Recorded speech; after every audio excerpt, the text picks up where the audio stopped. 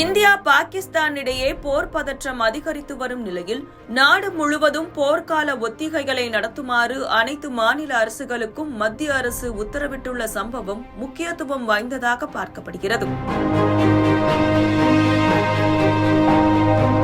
கடந்த 22ஆம் தேதி காஷ்மீரின் பகல்காமில் பயங்கரவாதிகள் நடத்திய தாக்குதலில் 26 சுற்றுலா பயணிகள் உயிரிழந்தனர்.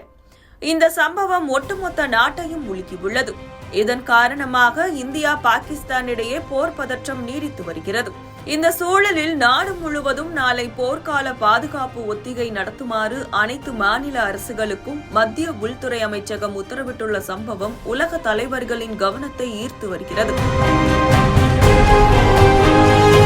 இந்த உத்தரவில் பல்வேறு முக்கிய விஷயங்களை உள்துறை அமைச்சகம் குறிப்பிட்டுள்ளது. அதாவது, போர்க்காலங்களின் போது இந்திய எல்லைப் பகுதிகளில் அந்நிய போர் விமானங்கள் நுழைந்தால் சைரன் ஒலி எழுப்பப்படுவது வழக்கம். நாளை நடைபெறவுள்ள ஒத்திகையின் போது இதுபோல சைரன் ஒலியை எழுப்ப வேண்டும் என உத்தரவிட்டுள்ளது. அதேபோல எதிரி நாட்டு தாக்குதலின் போது பாதுகாப்பான இடங்களுக்கு செல்வது குறித்து பொதுமக்களுக்கு முன்கூட்டியே தகவல் தெரிவிக்க வேண்டும். சைரன் ஒலி எழுப்பும் போது மக்கள் எவ்வாறு பாதுகாப்பாக செல்ல வேண்டும் என்பது குறித்து அறிவுரைகளை வழங்க வேண்டும்.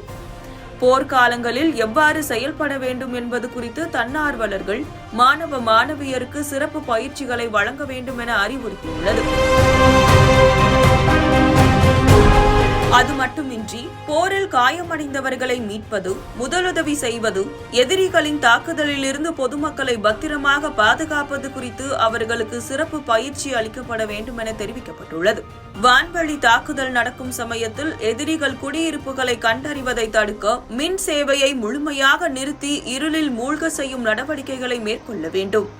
குறிப்பாக அணுமின் நிலையங்கள் உள்ளிட்ட முக்கிய பகுதிகளில் வசிப்போர் போர்க்காலங்களில் எவ்வாறு செயல்பட வேண்டும் என்பது குறித்து பயிற்சி வழங்க வேண்டும் என குறிப்பிட்டுள்ளது.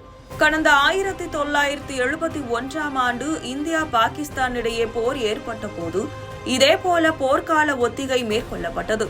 அதற்கு பிறகு தற்போது போர் ஒத்திகை நடத்த மத்திய அரசு உத்தரவிட்டுள்ளது என்பது குறிப்பிடத்தக்கது. மத்திய உள்துறை அமைச்சகத்தின் இந்த திடீர் உத்தரவுதான் உலக தலைவர்களின் கவனத்தை ஈர்த்து வருகிறது.